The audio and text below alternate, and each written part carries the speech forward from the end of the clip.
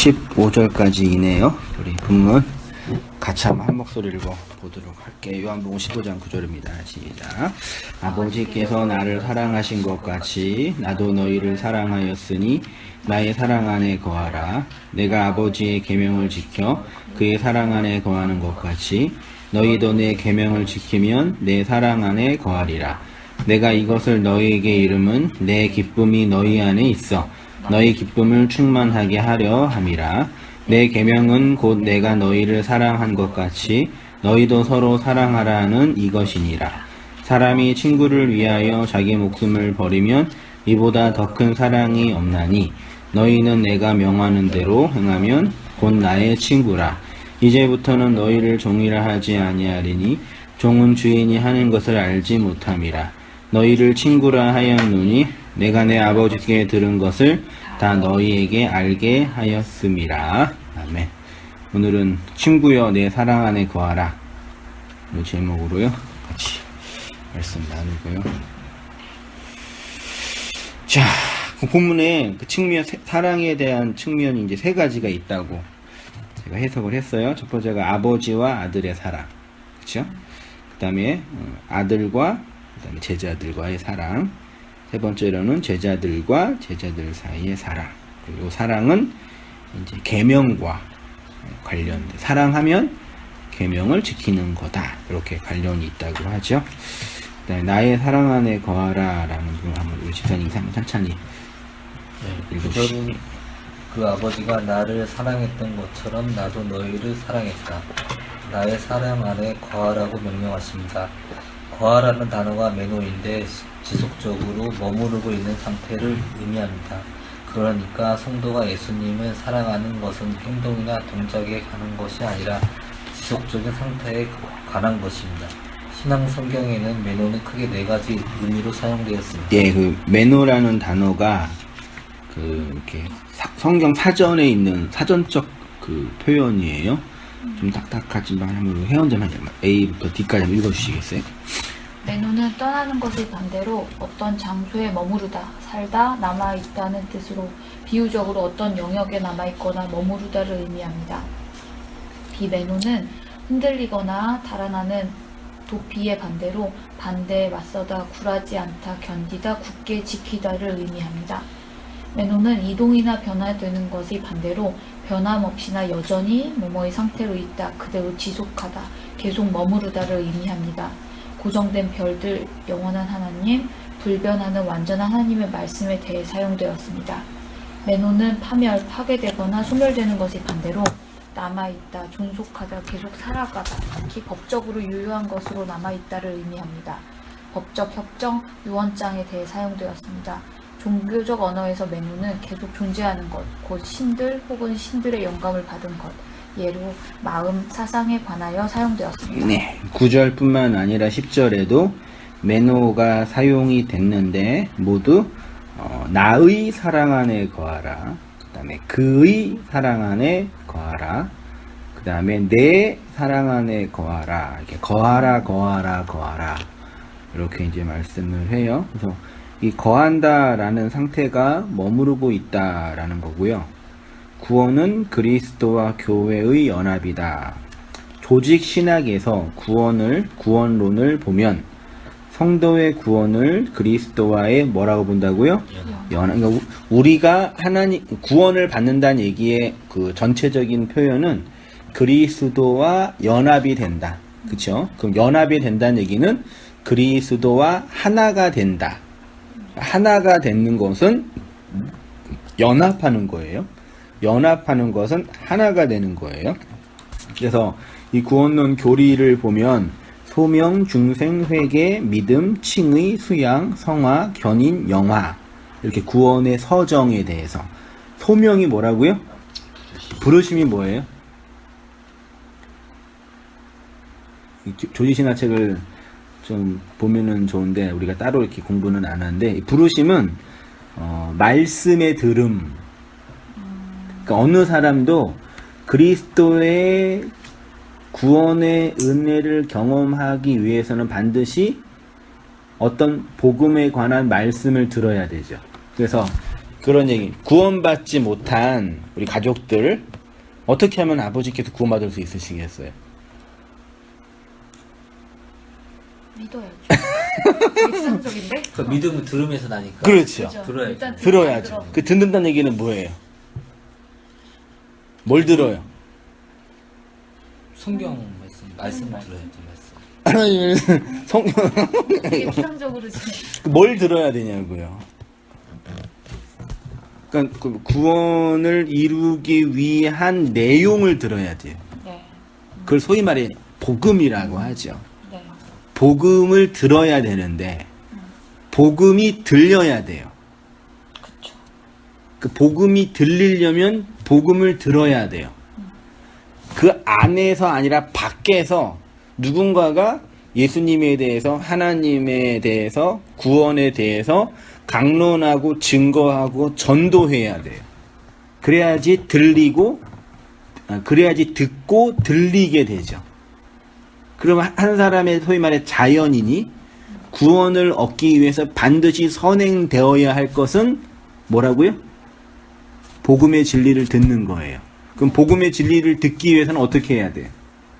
들려줘야 돼요. 복음의 진리를 들려주든지 복음의 진리가 선포되고 있는 장소에 가든 그 장소에 앉아있게 하든지 아니면 그것도 안 되면 뇌를 뚫고 그냥 UBS로 복음을 집어넣든지 USB로 그러면 제일 좋겠죠. 그거 쉽지 않아요? 다 했어요, 저는. 아니 우리 아내들은 뇌를 뚫고 가끔 아, USB. USB가 아니고, 네요. 뇌에다가 바로 다이렉트로 그냥 꽂아놓고 싶을 때 기억을 조작해 뭐 이러고. 그러면 인공지능 발전하면 될 수 있지 않을까요?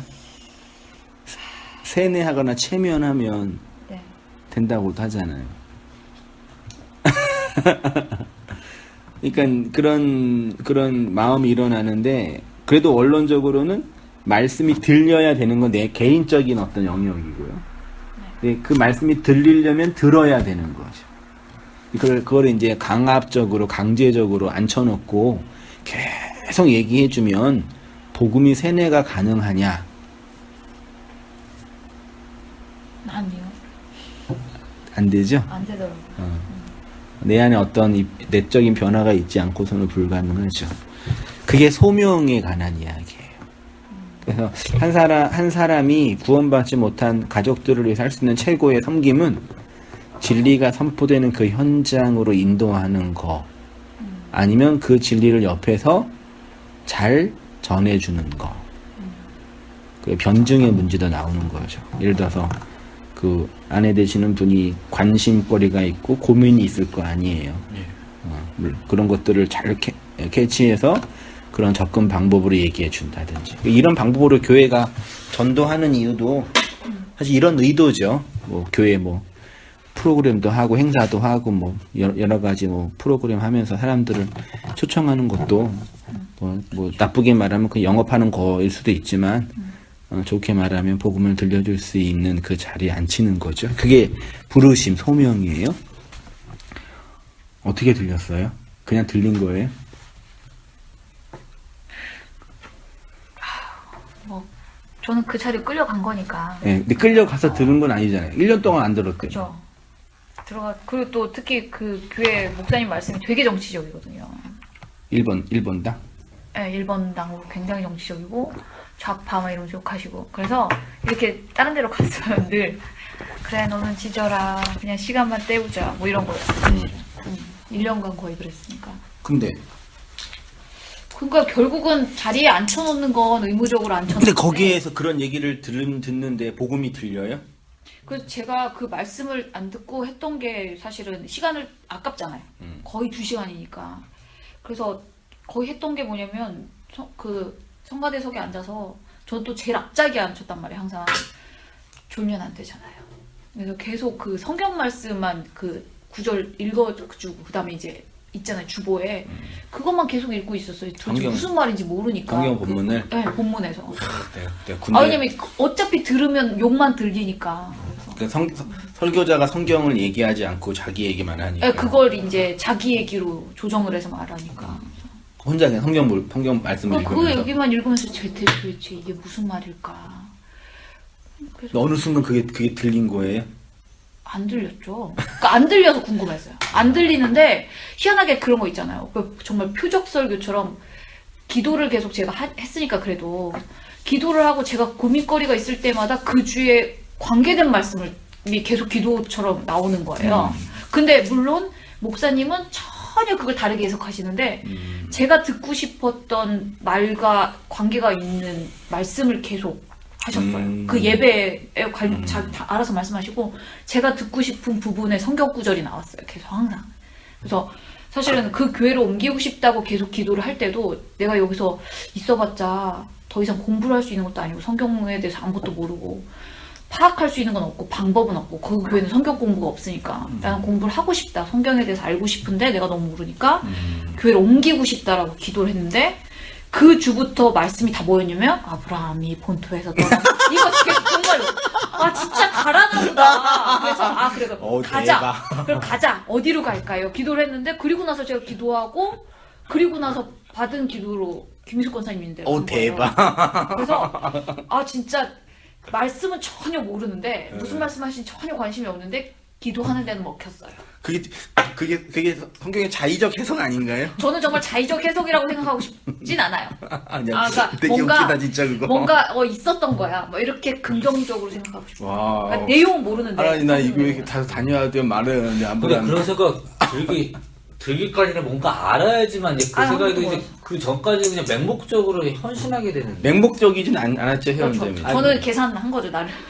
그러니까 이 복음이 들리기 전에는 이게 맞다고 생각해서 그냥 무조건 무작정 쫓아가고 맞습니다 그렇게 쫓아가게 되는 것 같은데 저는 그랬거든요. 그 집사님 모르기 전에는 약간 맹목성이 있었다는. 그러니까 모르기 전에는 그냥 무조건 맞다. 그러는 줄 알고. 근데 알고 나니까 이게 틀렸다 하고 저는 돌이킨 거거든요. 알고 나니까. 근데 이제 반대네요. 저는 무신론자였으니까 아예 교회에 대한 신뢰가 없었어요. 그러니까 맹목성은 없었고 고민은 있었고 근데 어떤 의미에서 안 거죠 현재. 그러니까 아시니까 그렇게 나온 거예요. 사실 모르면 못 나와요. 제가 이제 기도에 대한 응답을 자꾸 받는 것 같았다고.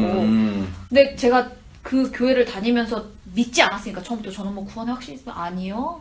침례를 받을래 아니요. 이러고 계속 했었으니까 근데. 기도는 계속 그렇게 했잖아. 그러니까 그렇게 해야 되는데 원래 뭔가 이렇게 환상이 있어야 되는데 환상이 아예 없는 상태로 들어가서 다 나쁜 것만 보이는 거예요. 그렇죠. 너무 세속적이고 저 너무 속물이고 사람들이 뭐 믿음 없고 막 이렇게 다 보이는데 그래도 기도를 하게 되더라고요. 그러니까 뭔가 하나 목표점은 있었으니까. 개인적인 어떤 그런 고민이 있었으니까. 그것 때문에 하나 기도한 거죠. 그런 가정에 아브라함은 본토 진짜. 그걸 2주 내내 받았어요. 그럼 난 떠나야 되는데. 근데 다들 그거 뭐였냐면 아니 저 말씀이 왜 나와? 교회 나가라는 거야? 이렇게 했어요. 뒤에 권사님이. 근데 제가 그래 가라는 거구나. 나 가라는 거구나. 혼자 흡족해서 말씀을 받았어. 그리고 아무튼 뭐 이런 우리 다 각자 이렇게 말씀 나누고 성도님들 이렇게 교제하고 얘기 나누다 보면은 다 각자 개인적인 사연과 그런 과정들이 다 있으시더라고요. 그런 사연과 과정 속에서 이렇게 말씀이 진리가 복음이 들리게 된 거죠. 나에게 이렇게 복음이 들린 것처럼 또 나의 가족들과 나의 사랑하는 동기들에게도 이러한 복음이 들려지는 거죠. 내가 내한테 이 말씀이 들려졌다라는 것 자체만으로도 기적이잖아요. 그렇죠. 가끔 그런 얘기해요. 어떤 분이 어떻게 사람을 전도하고 구원합니까? 제가 다시 반문하죠. 그대는 어떻게 말씀이 들렸습니까? 내가 들렸던 그 방식과 내용의 그 원리는 동일한 것 같아요. 그렇게 하나님의 백성들을 선택하고 구원하고 말씀을 들려주고 진리로 이끄셔요. 지금도. 이렇게 지역교회나 형식적인 교회와 제도교회는 무너지기도 하고 교회에서 분란과 다툼이 일어나지만 그 안에서 하나님의 백성들은 그 진리의 말씀을 듣고 구원받고 있어요. 그 교회는 계속 성장해 가고 있는 거죠. 부르심, 소명. 이거 하나만 가지고도 설교 한 10편 이상 해야 돼요. 사실은요. 말씀은 어떻게 듣냐, 어떻게 들리는 거냐, 들을 때 우리는 어떤 변화가 일어나, 이런 말씀에 대해서. 근데 중생은 거듭남. 그러니까 우리의 내면이 바뀌는 거. 두 번째가 세 번째 회개, 돌이키는 거. 그 다음에 믿음, 신앙, 칭의, 의롭게 되는 거, 수양, 아들이 되는 거, 성화, 거룩하게 되는 거, 성장과 성숙이요. 견인은 이끄시고 영화는 이제 완성이다. 이게 이제 구원론이라는 챕터에 이렇게 되어 있어요. 이 구원의 서정의 핵심이 바로 그리스도와 교회와의 연합이다. 됐죠? 구원, 그러니까 이 8가지, 9가지의 각각의 그 내용들을 하나로 통합하면 그리스도와 성도와의 연합이다. 그렇죠? 그리스도와 성도의 하나됨이다. 예수님은 제자들을 향해서 내 안에 거하라, 내 사랑 안에 거하라 그랬죠? 그게 하나됨이다. 연합이다. 라는 거죠. 구원으로서의 하나님의 초월을 우리의 역사 속에서 경험하고 누리는 것은 그리스도와의 연합이 아니고서는 불가능합니다. 메노라는 동사가 이 연합을 설명한다. 됐죠? 그러면 이 연합은 어떻게 이루어지냐?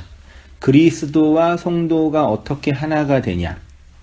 연합이 돼야지 구원을 받는 거죠? 하나가 돼야지 구원을 받는 거죠? 그럼 하나됨의 본질은 뭐냐? 뭘까요? 이 땅에 살고 있는 하나님의 개별자로 하나님의 대상으로 살고 있었던 우리가 하나님과 하나 되고 하나님의 하나 속으로 함몰된다는 얘기는 이신전심. 그렇죠. 이신전심이고 또 한편으로는 그게 죽음이다. 하나님의 죽음과 우리의 죽음이다. 그러니까 죽어야지 하나가 된다. 죽어야지 소통이 된다. 그런 차원이에요. 구원은 이 땅에 있는 인간이 이 페이지 하나님의 생명을 받는 차원이라고 했고요. 혹 말을 받지 못하는 자가 말을 받는 것이라고도 했고요. 귀신 들린 자가 귀신의 영향에서 벗어나는 것이라고도 했고요. 그런 측면에서 아직 그리스도와의 연합이 없는 사람들은 하나님의 생명이 없는 상태이고 말 못하는 자들이며 귀신에 사로잡혀 있는 자들이라고 할 수 있습니다. 영을 받지 못한 상태, 이것은 그리스도의 말, 호로고스를 받지 못한 육체만의 상태, 사르크스의 상태라고 했죠. 요한복음 1장 14절이 말하는 것처럼 말씀이 육신이 되어 말씀 육체가 되어 호로고스 사르크스가 되신 예수가 육체로만 살고 있는 사르크스로만 있는 우리에게 호로고스 그 말을 더 푸뉴마 영으로 건네줘서 하나님의 말을 담은 육체 사르크스 호로고스가 되어 가게 하시는 것이 구원인 거죠. 되나요? 네. 네. 그래서 육체로 태어난 성도는 믿음이라는 수단을 통해서 그리스도의 말씀들을 받아서 그리스도의 말씀들이 되어지는 거죠. 말을, 호로고스를 담은 사르크스, 육체가 되는 거죠. 그러니까 예수 믿지 않는 사람들은 엄밀한 의미에서 푸뉴마, 영이 없는 거죠. 그냥 육체적 기능만 있는 거고 동물들과 다른 독특한 지능이 있는 것 뿐이죠. 좀 그런 얘기지만 근데 그런 육체에게 하나님이 말씀을 영으로 건네주시는 거죠. 영이 있는 존재가 된 거죠. 영이 있어야 진짜 생명이라고 얘기하니까요. 머무름은 함께 있음이고 함께 있으면 동화되고요. 동질화가 됩니다. 저는 그것을 동기화라고 표현했고요. 컴퓨터 본체와 아이폰이 하나가 되는 것을 동기화라고 했습니다. 말하자면 그렇게 하나가 되는 것이다. 그래서 예수님이 계속해서 하나님에 대해서 반복적으로 말씀을 하시는데 하나됨에 대해서 이렇게 하나가 되게 하기 위하여 요한복음 17장 11절 보세요. 그들도 하나가 되게 하옵소서. 이게 하나 되는 거예요. 아버지여 아버지께서 내 안에 내가 아버지 안에 있는 것 같이 그들도 다 하나가 되어 우리 안에 있게 하사 세상으로 아버지께서 나를 보내신 것을 믿게 하옵소서. 내게 주신 영광을 내가 그들에게 주었사오니 이는 우리가 하나가 된 것 같이 그들도 하나가 되게 하려 함이니이다. 곧 내가 그들 안에 있고 아버지께서 내 안에 계시어 그들로 온전함을 이루어 하나가 되게 하려 함은 아버지께서 나를 보내신 것과 또 나를 사랑하심과 같이 그들도 사랑하신 것을 세상으로 알게 하려 함이로소이다. 그러니까 구원은 하나님과 우리가 뭐가 되는 거예요? 하나가 되는 거예요. 됐죠? 누구를 통해서? 그리스도를 통해서. 근데 신과 하나가 되는 신관을 가지고 있는 종교가 범신론이에요. 그럼 질문이 나오죠. 그럼 하나님과 하나가 되는 기독교의 구원과 범신론에서 말하는 하나됨은 차이가 있어야 되겠네요. 그렇겠죠. 그 기독교는 범신론이 아닙니까? 그러면 하나님과 인간이 어떻게 하나가 되겠습니까? 신과 인간이 하나가 된다고 하면 범신론을 생각합니다. 범신론은 신과 우주를 동일시하는 사상, 신 즉 자연, 스피노자가 말했던 것처럼 신과 자연에 대한 대립과 차이가 없다. 그래서 고 노무현 대통령이 그 죽을 때 자연으로 돌아간다? 그런 류의 표현을 했죠. 어떻게 표현했다 까먹었네. 다시 이제 간다 했잖아요. 네, 네. 그렇죠. 이게 기본적으로 이제 범신론적인 사상인 거죠. 내가 자연에 있다가 자연에서 한 생명체로 딱 튀어나온 거죠. 마치 바닷물이 있는데 그 파도가 일러 나오면은 이렇게 바닷물에서 파도물이 딱 분리되는 것처럼 잠시 있다가 다시 시간이 지나면 바닷물로 들어가서 바닷물이 되는 것처럼 그렇게 자연으로서의 나가 이 세상과 하나다, 신과 하나다 그 표현이죠. 자연인 인간이 초월을 깨닫지 못하여 신 속으로 함몰되지 못하기 때문에 깨달으면 신 속으로 합일된다는 구원관입니다. 내가 깨닫지 못하는 이유는 욕망의 셈인 아집 때문인데 이 아집을 극복하기 위하여 육 바람일과 같은 수양을 함으로 신 속으로 함몰에 들어가는 차원을 해탈이라고 해요. 개인의 구원과 관련하여 내가 신이고 신이 나라는 구원관을 가지고 있고 단지 깨닫지 못하기 때문에 집에 사로잡혀 욕망에 갇혀 있기 때문에 이 고통 많은 육체의 세상에 갇혀 있다. 이게 이제 플라톤의 이데아론적 개념에서의 이원론 안에서의 구원론이기도 하고요. 그 다음에 불교의 해탈의 개념이기도 하죠.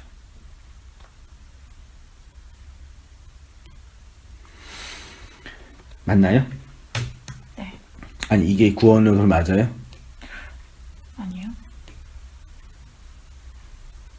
그럼 깨닫기만 하면 구원받을 수 있어요? 알면 구원받아요? 아니요. 그건 해탈이에요. 그 이춘우 목사님이 그런 표현을 했잖아요. 그때 논쟁도 했었는데 집사님이랑 묵시라는 영원한 세상에 영원이라는 천상계라 그러죠. 천상계 완벽한 영 있는지 없는지 확실히 모르겠지만 우리가 각각의 개별자로 뭘로 존재했어요? 영으로 존재했어요. 그렇죠? 근데 이게 타락을 해버린 거예요. 하나님과 싸워서 대적해서 그래서 아래로 떨어진 거예요. 영 안에 육체 안에 육체가 영이 육을 입은 거예요. 그러니까 육이 영의 감옥인 거죠. 이게 형벌 받은 거예요. 그러면 이 형벌에서 벗어나기 위해서는 뭐가 깨어져야 돼요? 육이 깨어져야지 영이 올라가는 거죠. 여기에 이제 해탈이 있고 불교용어로 그 플라톤의 이데아로는 깨달음이 있는 거죠. 그래서 알레테이아가 진리잖아요. 그게 원래 이 망각의 강이라는 알레테이아라는 망각의 강이 있는데 내가 망각의 강을 건너와서 이전의 영혼의 세상을 잃어버렸다라고 하는 차원인 거죠. 그래서 이 진리의 강을 건너면 구원받는다. 이거를 이제 현대신학에서는 프로이드나 라캉은 무의식의 세계라고 표현해요. 인간의 무의식의 세계. 내면에 있는 연결되는데 근데 이춘우 목사님의 구원관 안에는 이런 구원관이 좀 감이 되신 것 같아요. 여기 이제 기독론 중심의 구원관이 필요하거든요. 그 얘기 하나요? 네? 기독론 중심의 구원관. 그러니까 이 구원 해탈, 소위 말해 자력 구원, 깨달음의 구원, 육의 버림의 구원. 이런 거 얘기하는데, 그러면 이제 기독론, 이 타력 구원으로서 예수 그리스도에 대한 구원관이 설명이 되냐. 그러니까 이렇게 하죠. 내가, 이 땅을 하나님께서 알아먹으라고, 내가 죄인이라는 걸 알아먹으라고 이 땅에 보내주신 거고, 알면은 구원받는다. 이런 구원관인 거죠. 맞나요? 그러니까 하나님이 이 육체의 세상을 이렇게 나를 만들어 주시고 세상에 보내주신 이유는 하나님이 누구인지 알아먹으라고 이렇게 보내주셨으니까 이 살면서 그것들을 알면 구원받는다. 해탈의 구원관을 좀 가볍게 좀 쉽게 한 거죠. 보편적으로 좀 대중적으로. 해탈은 어려우니까 육체를 다 버리고 세상을 속세를 다 버리는 거 어려우니까 그걸 좀 쉽게 이 세상을 하나님이 그 진리로 알아먹으면 된다라는 좀 그런 이런 구원관의 좀 보편화, 대중화 아니냐 라는 느낌이 드는 거죠, 저는. 그렇죠? 이건 이원론적인 개념의 구원관이거든요. 육은 감옥이고, 육은 더러운 거고, 육은 죄고, 영은 성결한 깨끗한 거고. 그러면 저 전제상으로는 우리는 그냥 기본적으로 벌을 받으러 내려와 있다라는 개념부터 시작하는 거예요. 그렇죠. 이거 악이라는 개념에도 도입되는 거죠. 악, 선. 이거는 온전하지 못한 거, 온전한 거, 나쁜 거, 좋은 거. 그래서 이 세상을 좀 이렇게 염세적으로 볼 수밖에 없죠. 소극적으로 보고. 육체에 대한 행위를 되게 악하게 보고. 아니죠? 네. 그렇죠. 아니잖아요. 니체 같은 경우는 요거를 없앤 거고. 니체는. 이것만 현실이다 얘기하는 거고. 그 다음에 프로이드 라캉은 요거를 이제 무의식의 세계로 환원한 거고. 기독교는 요거를 절대화한 거고. 요거를 천국이라는 절대화. 이렇게 이제 종교가 이제 흘러가고 있는 거죠. 근데 어쨌든 뭐 이런 다양한 흐름이 다 이렇게 있어요. 그러니까 뭐 변증을 하다는 측면을 본다면 이거는 악한 게 아닌 거죠. 욕이라는 개념 자체 한자로 욕이라는 욕망이잖아요. 그거 악이에요? 아니요. 나쁜 거예요? 아니요. 욕망 좋아요, 나빠요? 이미지는 부정적이죠. 식욕 좋아요, 나빠요? 자연스러운 거죠. 자연스러운 거죠. 나쁘다 좋다의 개념이 사실 괜찮죠? 성욕 또 자연스러운 저도 거죠. 자연스러운 거. 근데 부정적으로 보죠. 그죠. 물질욕, 세속욕 이런 거 되게 부정적으로 보잖아요. 그러니까 욕이라는 단어 자체가 되게 이제 이렇게 좀 이원론 개념에 대해 악하게 보죠. 그러니까 기독교도 우리도 세상 영향 아래 있으니까, 그죠? 그게 이제 이런 개념의 그러니까 해탈은 엄밀한 표현하자면 내가 죽지도 않고 신과 하나가 될 수 있는 차원을 말하는 거예요. 물론 육체적으로 고행을 많이 하는데 진짜 그 나는 안 죽어. 자, 그러면 이제 그 그리스도와 하나됨 보세요. 하나님과 인간의 하나됨에는 반드시 전제되는 것이 그리스도라는 뭐요? 중재자, 중보자. 그래서 기독론 중심의 구원관이 절대적인 거예요. 그러니까 신학이 발전하고 여러 가지 다양한 신학적인 논의를 해도 안전하게 안정장치가 뭐냐면 기독론 중심의 구원관. 이해되시나요? 신과 하나님과 나 사이에 절대적 중재자가 그리스도라는 절대자가 필요하다라는 이 그리스도 중심의 구원관이 진짜 구원관인 거죠. 그죠? 예수님은 제자들에게 하나님 안에 거하라고 하지 않으시고 내 안에 거하라. 구체적으로 내 말 안에 거하라. 내 사랑 안에 거하라. 내 계명 안에 거하라 라고 하셨습니다. 그래서 그리스도 없는 종교는 범신론이나 이신론이 될 수밖에. 이신론은 뭐예요? 범신론은 신 즉 자연이거든요. 이신론은 신과 자연을 분리해 놨어요. 거기까지 맞아요. 근데 신이 너무 멀리 갔어. 이 세상을 만들어 놓고 관여를 안 하셔. 시계공인 시계를 만들어 놓고 시계공의 태엽을 집어넣어서 시계가 움직여지죠. 그 시계공의 의지가 반영되기 때문에 시계가 움직여지는 게 아니라 태엽이라는 자연 법칙 때문에 시계가 움직여지는 것처럼 하나님이 이 세상을 다 만들어 놓으셨는데 개별자들인 우리의 삶에 대해서 관여를 안 하시는 거예요. 자연 법칙에 두시는 거예요. 이게 이실론이에요. 그럼 제가 그런 말씀 드리잖아요. 하나님은 우리들의 행복에 관하여 관심이 있으셔요, 없으셔요? 저는 관심이 있다고 생각해요. 있다고 생각해요. 그럼 내가 원하는 행복은 왜 안 주셔요? 그런 면에서는 항상 고민을 하는데 우리가 모두 동등하게 하나님의 자녀라면 모두 다 사랑하고 있는데 그러니까 이게 일반적으로 저는 그가 이신론에 지금 말씀하신 이신론에 가까운 거예요. 그러니까 우리 모두 사랑하는데 누군가 하나에게만 편애해서 누군가를 좋아하고 누군가에게만 아껴서 뭔가 잘 해주신다면 부모도 똑같잖아요. 그러면 나머지 모든 사람들에게 피해를 주는 거잖아요. 그거는 그쵸. 동등하게 사랑하시는 건 아니잖아요. 그쵸. 그러니까 그냥 세상이 흘러가게 놔두는 것처럼 보이지 사실 그렇다고 해서 요즘 느끼는 거지만 하나님이 나를 버려두고 있는 것 같진 않거든요. 지나가는 과정 중에서 같이 함께 하신다고 생각해요. 그래서 사랑하지 않으시거나 관여하지 않는 건 아니신 것 같아요. 그렇지만 특별하게 이 세상의 법칙에서의 깨질 만큼은 아니죠. 관점에서의 특별하게 이 세상의 법칙을 초월해서 날 사랑하시고 그렇죠. 그러면 저는 바라는 게 되게 많아요. 전 일단 우주도 날아가 보고 싶고 우주 뭐 되게 많아요. 그런 말도 안 되는 짓이 일어나진 않으니까. 그러니까 이신론적인 관점에서는 하나님은 내 인생의 행복에 관심이 없는 것처럼 느껴질 때가 많이 있죠.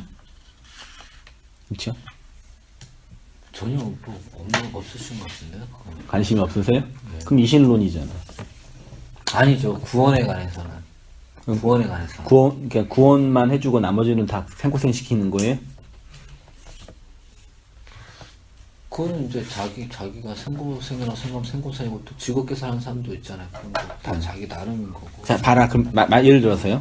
집사님이 가장 원하는 게 하나가 있잖아요. 네. 환경적인 거든 개인적인 좋은 일로 그래.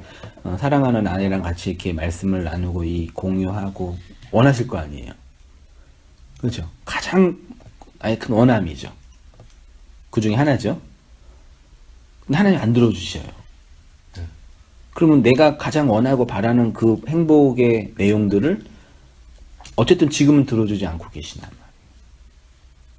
그건 마치 나를 사랑하지 않고 내 목소리와 내가 바라는 것에 관심이 없으시고 저기 멀리 계셔서 막 그렇게 하는 것 좀 느껴지지 않냐?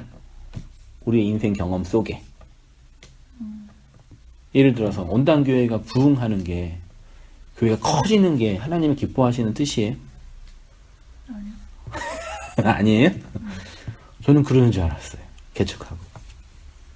솔직히 교회가 부흥할 건 크게. 교회가 건강하게 성장하고 이렇게 뭐 말도 안 되는 말씀 전하는 그런 이런 꼬통산 교회 뭐 이런 순복음 교회 말도 안 되게 부흥하는데 그 장목사님 같은 거는 그렇게 막 이상한 얘기하면서 막 스타가 되는데 이 진리를 전하는 한승현 목사는 뭐 그까이 거 안 되면 안 되나? 이럴 수 있죠. 근데 어느 순간 하나님께서 야 교회 커지는 건 내 뜻 아니야 그러시는 거예요. 그게 온 땅교회든 저 땅교회든 순복음교회 상관이 없는 거예요. 그럼 그때 저의 마음속에 그럼 하나님은 내 인생의 행복에 내가 바라는 거에 관심이 없으시나? 라는 이신론적인 신관이 형성이 되는 거죠.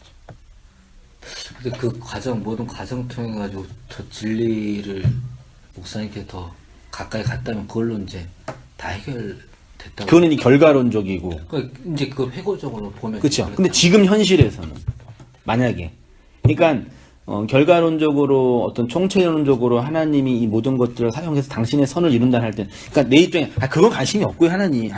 내가 진리를 전하고 교회가 가장 중요한데 지금 내 입장에서는.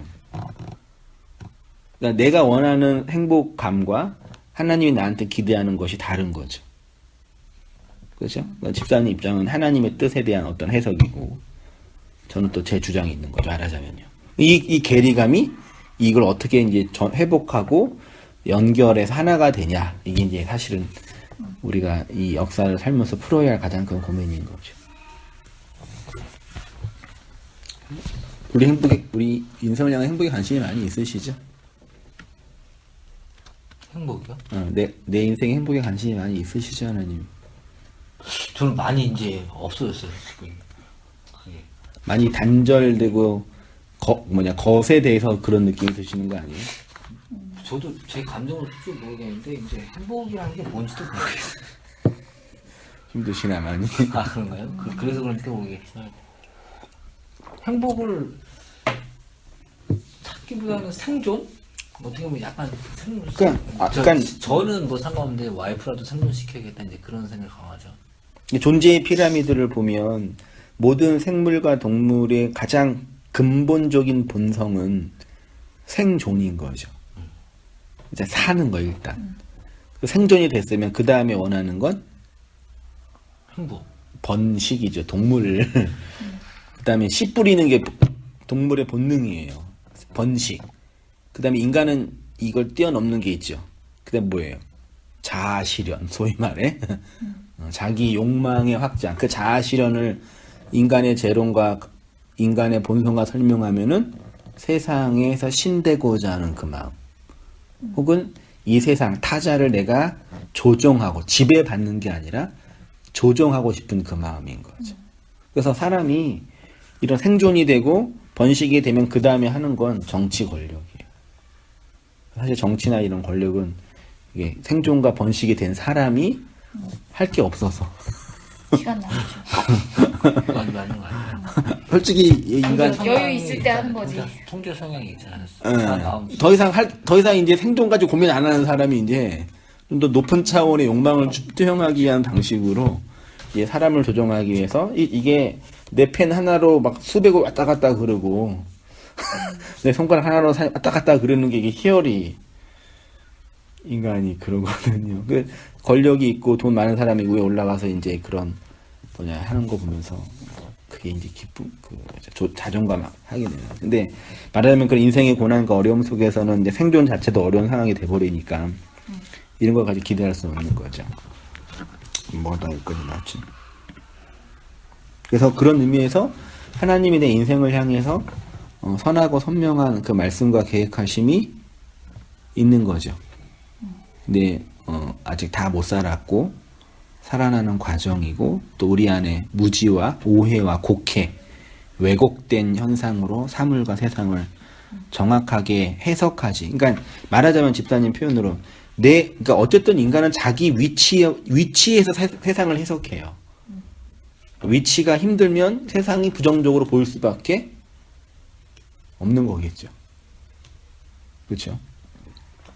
위치가 좀 여유로우면 세상이 되게 긍정적으로 보일 수 있는 거죠. 그건 어쩔 수 없잖아요.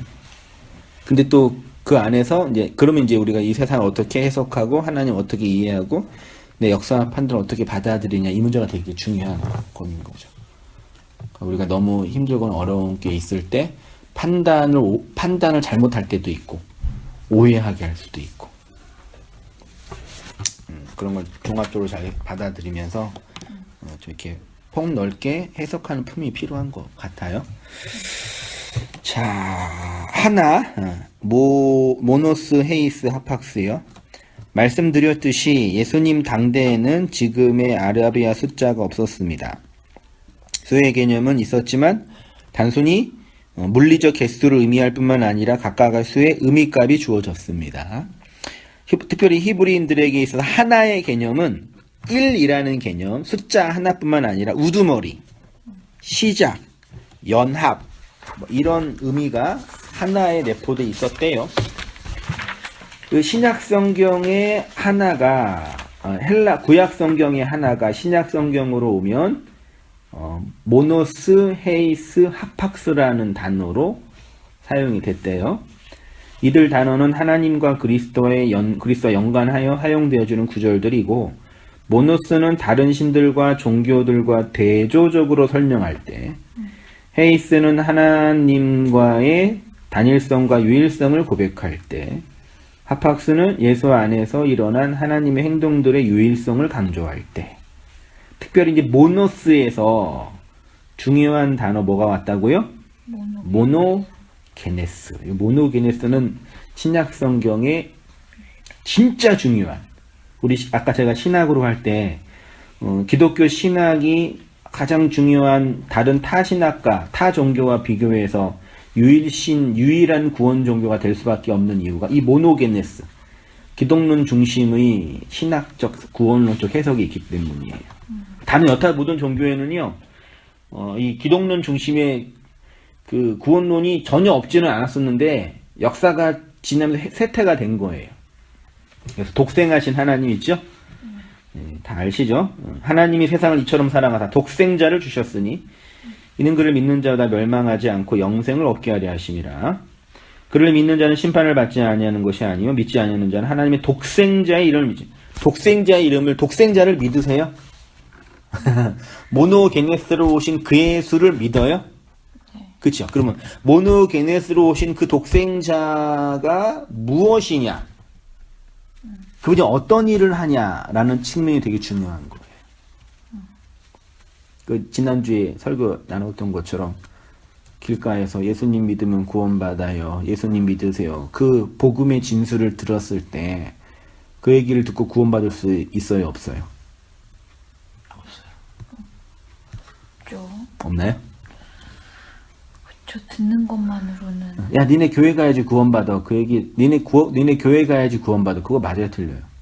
맞죠. 말 받는. 근데 교회 가면 구원받아요? 또 그렇진 않죠. 좋지 그게. 예수 믿어야 구원받아. 그 말은 맞아요. 그렇죠? 근데 그 예수가 독생자라고 할 때, 그럼 모노게네스 독생자가 나한테 무슨 의미이냐, 요건 모른단 말이에요. 그 되게 중요한 이제 진술인 거예요. 이거 우리 누구 이거 잘 아시죠? 회원자님. 제가 읽어요. 예. 네. 요한이 말하고 싶은. 요한이 말하고 싶은 모노게네스는 하나님의 그 하나를 10의 계명으로 살고 있는 우리에게 하나를 전하는 내용입니다. 다시 말해서 열의 마지막 하나, 나의 유일한 그것, 나를 나되게 하는 마지막 마지노선 그것을 삭제하여 하나님의 하나를 심기 위해 오신 분이 독생자 예수 그리스도입니다. 그 독생자를 믿어야 구원받는다는 것은 그냥 역사 속에 오신 예수를 지적으로 동의하는 차원이 아니라 나의 마지막 하나를 삭제하여 하나님의 이 생명을 잉태하기 위해 오신 존재라는 것을 내가 받은 사랑으로 경험하는 것에서 구원이 시작되고 완성되는 네, 것입니다. 나의 마지막 하나. 사르밧가부의 마지막 하나. 요거 다 기억나시죠? 네. 마지막 하나가 뭐예요? 그거 없으면 내가 죽는 거. 그러니까 독생자를 믿는다는 얘기는 뭐냐면, 나의 마지막 하나를 그 독생자가 삭제하러 오셨다. 그 하나가 독생자에 의해서 삭제되어진다. 그거를 인생과 역사 속에서 믿고 경험하는 차원. 하나님이 나의 마지막 그 하나, 마지노선 그거를 정복하러 오신 정복군인이다. 군대의 장이다. 나의 마지막 하나가 하나님께 드려지는 그 차원. 그때 내 안에 생명이 일어나요. 이게 무슨 말씀인지 이해 충분히 하셔야 돼요. 이게 딴 사람 얘기처럼 들리면 그냥 이게 설명도 어렵고 내용도 어려운데 내 안에 그 경험이 있으면 대부분 다 무슨 얘기는 다 아시는 것 같아. 이렇게 얘기하면 다 어떤 얘기 하는지는 다 아는데 실제로 그 내 안에 일어나는 차원과 내 안에서 반복되어지고 있는 차원을 설명하는 부분에서는 좀 이게 부담이 돼. 그 하나님이 그 마지막 하나를 뺏어가고 계시는 거죠. 네, 뺏어간다는 얘기는 나의 그 마지막 하나의 그 생명의 근원, 그 핵을 하나님의 그 생명으로 하나 되게 한다는 차원인 거죠. 그쵸? 네. 내가 뺏어간다는 얘기는 부정적인 의미지만, 긍정적으로는 하나님의 그 생명이 주어졌다라는 얘기죠. 그 생명이 잉태가 되고, 그 생명이 발화가 되고, 그 생명이 수정이 돼서 생명의 성장해 가고 있다라는 표현인 거죠. 뺏어간다는 얘기는. 부정적으로 보면 그거고, 긍정적으로 볼 때는. 그 생명이 주어지고 자라고 있다. 그쵸? 그쵸? 네. 그 내용이 우리 안에 있는 거죠. 그게 사르밧가부의 마지막 양식인 거죠. 목사님의 하나는 뭘 뺏기시? 또 존재죠, 어떤 의미에서. 각각 개별적으로 마지막 나의 마지노선은 각각에 다 달라요. 다 살면 다. 그 실제적으로 경험되는 차원은 어떤 분은 뭐 돈일 수도 있고, 관계일 수도 있고, 역사관일 수도 있고, 자존심일 수도 있고, 다 개별적으로 드러나는 건 각자 다 다양하죠. 근데 그 안에 있는 내면의 본질은 똑같은 하나겠죠. 하나님 아니고서는 내가 생존할 수 없는, 그 먼지, 생명이 아닌 그 존재라는 걸 아는 거죠, 사실은. 이제 얘가, 이제 구약의 독생자가 가장 잘 나타난 구절이 아브라함과 이삭의 모리아산 사건. 창세기 22장 2절. 여호와께서 이르시되 내 아들 내 사랑하는 독자 이삭을 데리고 모리아 땅으로 가서 내가 내게 일러준 한 산 거기서 그를 번제로 드리라. 사자가 이르시되 그 아이에게 내 손을 대지 말라. 그에게 아무 일도 하지 말라. 내가 내 아들 내 독자까지도 내게 아끼지 아니하였으니 내가 이제야 내가 하나님을 경외하는 줄을 아노라. 이르시되 여호와께서 이르시기를 내가 나를 가리켜 맹세하노니 내가 이같이 행하여 내 아들 내 독자도 아끼지 아니하였은즉. 이거 많이 읽어보셨죠? 들어보셨죠? 네. 어떻게 이해하고 계셔요? 계셨어요? 계셔요? 이게 그거네요. 모노게네스. 네, 모노게네스. 이 본문을 그럴 수도 있고. 근데 그동안 어떻게 그럼 이삭이라고. 이거 어떻게 이해했어요? 현자매님. 예전 교회에서는 그래 하나님께 아끼지 말고 다 내놓으렴 이렇게 배웠죠. 그랬었는데 네. 그래서 성심성의껏 봉사해야 되고 뭐 이렇게 성심성의껏. 많이 해야 되고 다 내놓으라고 하신다 뭐 이런 식으로 배웠죠. 하나님이 아브라함은 독자까지 바쳤는데 너는 뭐 하고 독자는 고사하고 독자 10분의 1이라도 바쳐야 되지 않겠냐. 그러면 이제 이 얘기 딱 들으면 성도들의 마음속에는 어떤 마음이 들겠어요? 불안하죠. 죄책감과 불안함과 미안함과 죄송스러움, 더더군다나 이제 생활이 꼬이고 어떤 문제가 생기고 내가 원하는 게 막 안 되고 그 마음속에 그런 두려움도 있겠죠. 아브라함 독자까지 바쳤는데 나도 뭐 좀 마치 결혼식장 가서 부주 안 한 그 마음처럼 그 미안함, 죄송스러움, 죄지은 범법차의 그 마음 민 거죠. 그쵸? 그건 아니죠. 자, 독자라는 단어가 히브리어로 야히드 이고요. 이것은 야하드, 결합하다, 하나를 의미하는 에하드에서 왔어요. 에하드가 하나예요. 에하드가 히브리어로 하나예요. 근데 이거의 야히드, 야하드는 다 히브리어 자음은 다 똑같아요. 모음만 달라요. 그러니까 원래는 같은 단어란 뜻이죠. 최소한 하나님이 모세에게 애굽 문자로 주셨을 때는 하나의 자음만 그때 있었으니까 같은 단어죠. 이 에하드가 헬라어 모노스, 헤이스, 하팍스 하나를 의미하는 단어예요. 됐죠? 그러면 22장 2절에 여호와께서 독자 이삭을 어떻게 표현하냐면 내 사랑하는 독자. 됐죠? 사랑하는 독자. 독자 하나. 사랑하는 독자. 헬라어 독자는 모노게네스죠. 모노게네스는 하나님의 사랑을 증명하고 우리로 하나님의 사랑 안에 거하게 하기 오신 예수 그리스도죠. 사랑하는 독자는 뭘 예표하냐면 모노게네스로 오신 그 예수를 예표하고 상징하는 거죠. 됐죠? 그러니까 야하드라는 단어에는 사랑하는 독자, 사랑을 증명하는 독생자. 그러니까 아브라함이 그의 사랑하는 독자를 번제로 바치는 이 현실은 하나님이 우리에게 아브라함처럼 독자를 바치라 라는 얘기가 아니죠. 네. 하나님이신 아브라함이 당신의 사랑하는 독자를 인간을 위해서 바친 거죠. 네. 반대로 이해하는 거예요. 반대로 이해하면 돼요. 그러니까 우리가 하나님께 사랑하는 독자를 바치라면 독자를 바쳐야지 왜 독자 비슷한 무리한 걸 바치라 그래요. 독자를 바쳤는데 독자는커녕 다른 걸 바치라고 하면 말이 안 되잖아요. 하나님이 사랑하는 독자를 번제로 드려서 여호와 일에 하나님의 나타나심이 증거된 모리아산 예루살렘 산이 된 것처럼 우리에게 하나님이 그 독자를 바친 거죠. 모노게네스가 없는 우리에게 하나님이 모노게네스를 주셔서 생명 잉태. 그러면 하나님이 아브라함에게 내가 사랑하는 독자 이삭을 번제로 바치라는 것은 무슨 뜻이냐? 하나님이 예수님이 하나님의 독생자로 우리 안에로 번제로 드려졌다는 것을 예표하는 상징하는 것입니다. 그래서 우리의 마지막 하나를 삭제하여 하나님의 생명을 수정시키고 잉태시키셨습니다. 독생자 내 안에서 하나님의 마지막 하나로 나의 마지막 하나로 죽어야지 생명이 되는 걸 예표하죠. 이것이 모리아산에서 아브라함과 독자로 바쳐지는 이삭의 내용이고요. 예수님이 말씀하신 것처럼 하늘의 밀이 땅에 떨어져 죽어야 열매가 되잖아요. 그럼 하늘의 밀, 모농에서 독생자가 땅이라는 우리의 마음속에 심기워져야지 그 땅에서 열매가 나오는 거죠.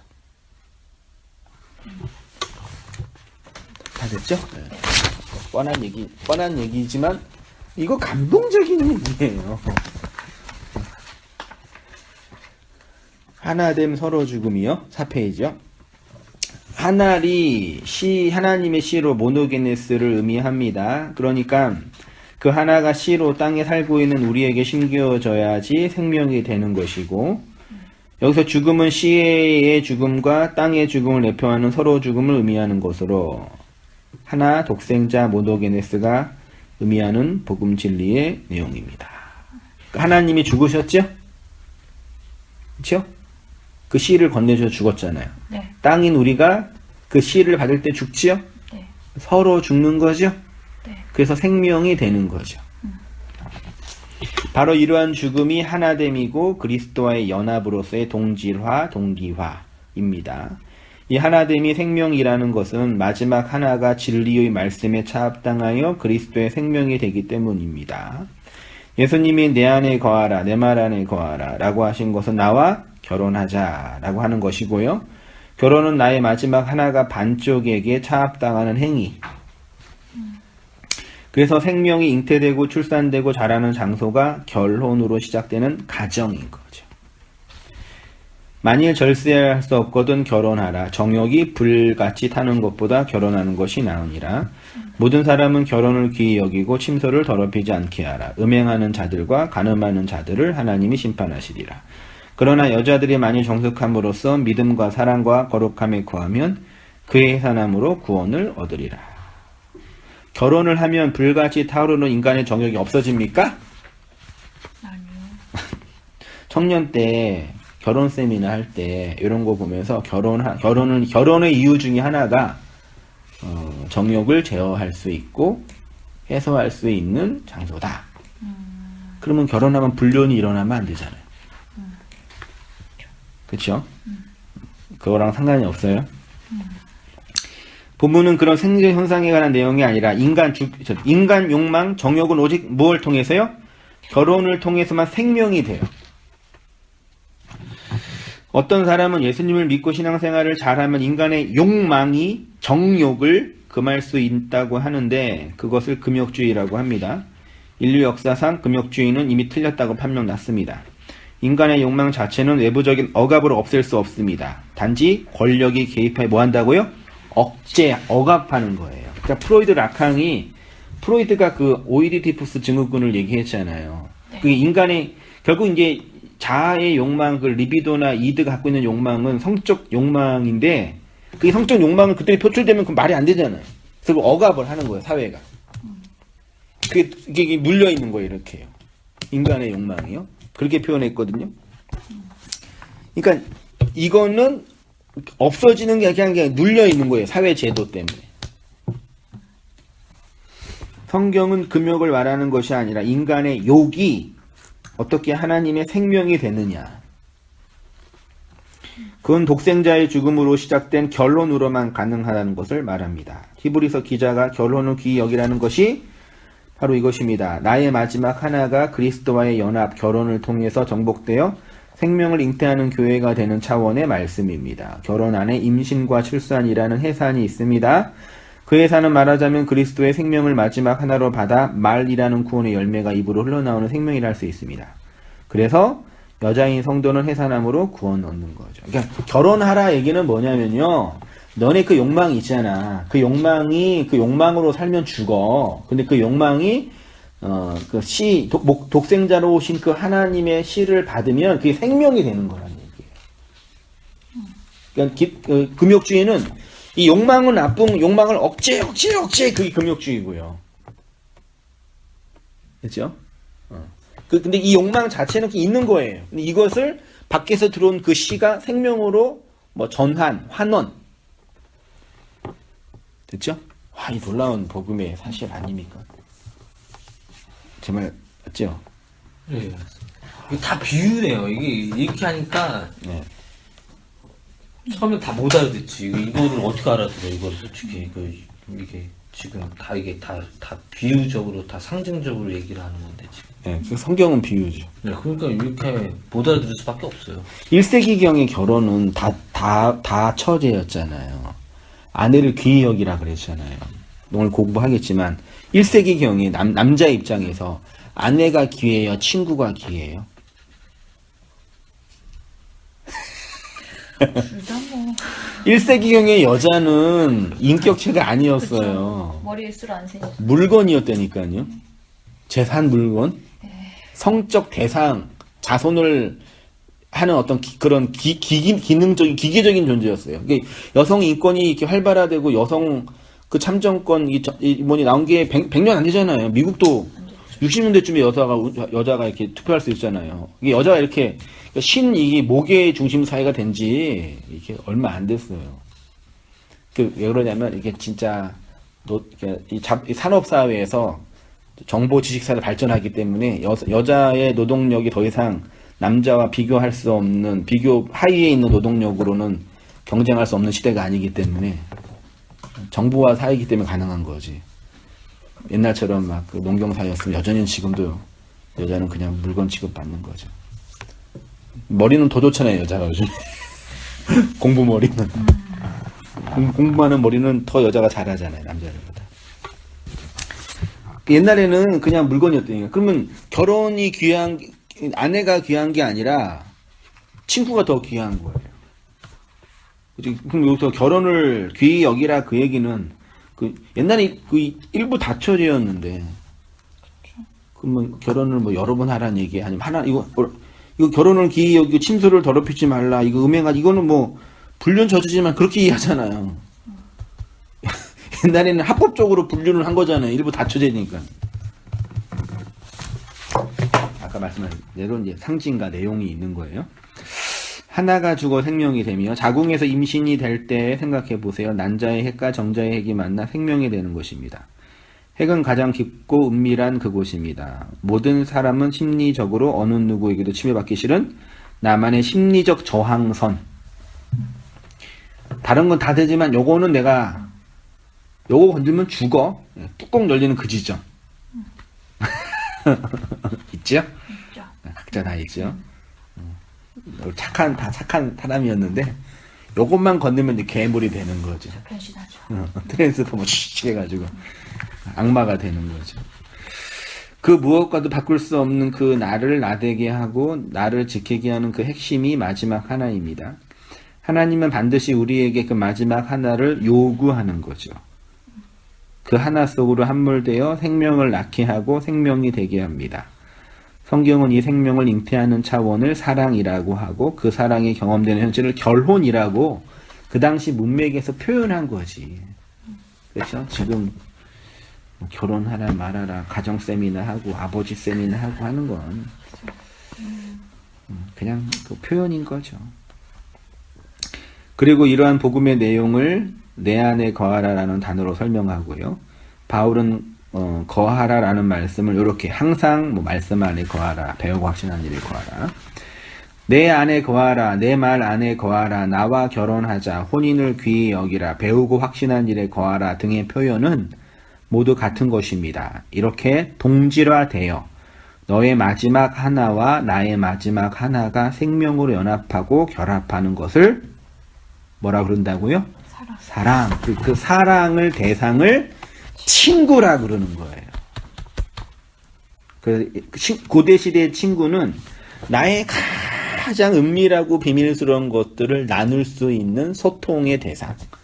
그 하나님이 아브라함에게 나의 벗이다, 나의 친구다 그런 거고, 예수님이 제자들에게 나를 사랑하면 너희가 내 안에 거하면 너희는 종이 아니라 나의 뭐라? 친구다. 그래서 사람의 친구를 위해서 목숨을 버리는 것처럼 귀한 게 없으니 내가 너희의 친구니까 너희를 위해 목숨을 버렸으니 너희도 나의 친구로 나를 위해 목숨을 버리는 것이 사랑이다. 그 하나님 우리를 친구로 삼아 주시는 거죠. 그 마지막 하나의 삭제와 생명으로의 전환을 통해서요.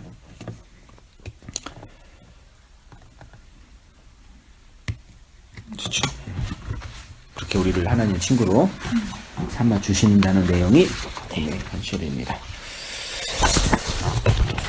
한 줄 느낌과 나눔과 소감이 있으시면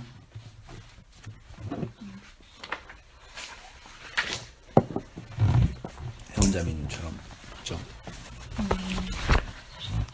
뭐 이렇게 모든 말씀을 통해서 결국 결론이 하나님이 사랑하시고 그 사랑하심을 예수 그리스도를 통해 보여주시고 예수 그리스도를 통해 하나님을 만났고 결국에서 내가 새로워지고 로고 모든 결론이 나잖아요. 성경이 항상. 근데 사실 세상을 살면서 가끔씩 뭐 주기적으로 자주 있는 것 같긴 해요. 저도 이렇게 말씀 읽을 때는 아 정말 나를 사랑하시지. 그럼 내가 하나님 안에 거하고 있지라고 느끼면서도 그 가끔씩 이렇게 리셋될 때가 있거든요. 근데, 리셋. 돌아와요. 자꾸 이렇게 내가 돌아올 때가 있어서 이제 이번 주간은 제가 다시 복구하는 주간이라 제가 이렇게 약간 업앤다운이 있거든요. 근데 이번 주간은 제가 하나님께 다시 복구하는 주간이라 그래서 이 말씀 들으면서 그렇지, 그렇지 내가 그렇지 라고 느끼고 있어요. 그게요. 우리가 일상생활 할 때 그게 이제 우리의 자연적 본성과 자연 법칙 안에서 살아가는 인생인 거잖아요. 그래서 그거는 어쩔 수 없는 것 같아요. 당연하고 자연스러운 과정과 결과로 하나님에 대한 의식과 존재감이 상실되는 현실인 거죠. 상실이라고 표현했지만 잊어버린다 그래야 되나요? 그러니까 하나님이 바쁘게 일하고 노동할 때 일상생활할 때 나와 함께 하시고 막 하나님 생각하면 막 감동돼서 막 눈물 나고 막 행복하고 그건 어렵죠. 그렇게 하면 일을 못 하죠. 막 강의를 하는데 막 주님 사랑 생각나가지고 막 이러면 이제 이렇게 저 선생님 예전에 그럴 거 그런 아니에요? 거죠. 근데 이제 그렇게 일상생활을 하다가 이렇게 모여서 말씀을 나누는 성경 공부든 혹은 예배든 혹은 진리 안에서 교제할 수 있는 지체들과 진리라는 텍스트를 가지고 소통을 할 때 아까 고백하는 것처럼 그치 하나님이 내 인생을 관여하시고 함께하고 계시지 마치 내가 고민하고 아파하는 이 현실을 하나님이 간섭하고 계시는 놀라운 섭리지 것들을 확인하고 다시 한번 마음과 깊은 심령 속에서 그들 갱신하고 경험하는 거. 그래서 그 날짜를 정하고 시간을 정해서 모이는 이유가 교제하는 이유가 그러는 거죠. 만약에 그렇지 않고 너무 바쁘고 분주하게 그냥 일상만 하고 노동만 하고 이 세상에 사는데 그 일 자체를 하는 거 그거 자체가 악한 게 아니지만 그렇게 되면은 그냥 그 안에 산몰되는 거예요. 그래서 미아처럼 뺑뺑 돌다가 또 어느 순간 이제 이러면 안 되지 그러고 또 고민하게 되고 그런 과정을 우리가 밟으면서 신앙의 진보하고 발전에 가는 거죠. 깊어지고 그게 성도의 경험인 것 같아요. 그리고 이거 제가 아까 되게 퀘스천 마크가 붙었던 건데 사람이라는 게 자기 욕망이 아까 말씀하신 거 나쁜 게 아니잖아요. 어떻게 보면 자연스러운 거고 인간이 갖고 있는 어떻게 보면 본능이나 본성 중에 하나라고 본다면 이게 마지막 하나를 차압당했다는 건 어떻게 보면 그 마지막 하나가 결국은 자신이 제일 본질적으로 그러니까 저는 제 스스로가 제 자존심, 자존감이라고 생각하는데 그게 결국 나를 설명하는 거잖아요. 그게 내가 마지막까지 갖고 있는 거. 그게 가장 최종적인 저의 욕구라고 생각하거든요. 가장 가지고 있어야 된다고 생각하는 거 아니면 죽을 것 같은 거. 근데 결국 그것도 욕구잖아요. 근데 그게 죽고 결국은 뭐 하나가 돼서 생명을 태어났다 해서 그 욕구가 사라지지 않는다고 했잖아요. 그렇죠? 그러면 그 나머지 욕구들에 대한 것들 저는 제 스스로가 완전히 뭔가 금욕주의적이다라고는 할 수는 없지만 예전에 금욕주의는 아니지만 그걸 본능적으로 저는 통제할 수 있다고 생각하고 살았거든요. 그걸 받았잖아요. 그러니까 그렇게 교육을 받았고 그러니까 자연스럽게 세뇌돼서 그게 막 욕구가 나쁘다 좋다의 개념보다 이거는 내가 조절할 수 있어. 이건 아니야. 이건 맞아. 이건 해도 돼. 뭐 이렇게. 그러니까 사실 저는 제 스스로도 저한테 먹는 욕심이 없다고 얘기하거든요. 식욕이 없다고. 그러니까 제가 먹고 싶지 않으면 하루 종일도 굶을 수 있고. 네, 그래서 먹지 않는 거나 막 되게 막 좋아하는 거 싫어하는 거의 구분이 제가 경계선을 정확하게 긋는 편이거든요. 근데 이게 만약에 지금 말씀하신 것처럼 욕구가 나쁘지 않은 거고 내가 죽은 후에 새롭게 태어나서 완전 새로운 애가 된다면 그래서 됐다면 결론적으로 이 나머지 욕구들은 그대로 남아있는 거잖아요. 그렇죠. 결국 그러니까 내 거 제일 마지막 하나만 변한 거잖아요. 네. 그렇죠. 그럼 그 나머지 욕구들에 대한 해석이 달라진다는 의미인 거죠. 그렇죠. 받아들임, 해석, 이해. 이 안에 있는 내가 핵이 달라진 거니까. 네. 그렇게 돼서 또 인류 문명이 발전해 가는 거고 그 정도로 이제 정리가 되는 거죠. 그렇죠. 네. 집사님. 네? 아 저요? 나눕니다. 그 모노게노스 이게 저는 제 개인적으로 돈이거든요. 돈. 저는 이걸 이해는 했어요. 이해는 했는데 동의까지도 했어요. 네. 뭐 깨달음까지는 모르겠는데 이제 여기서 어째야 되는지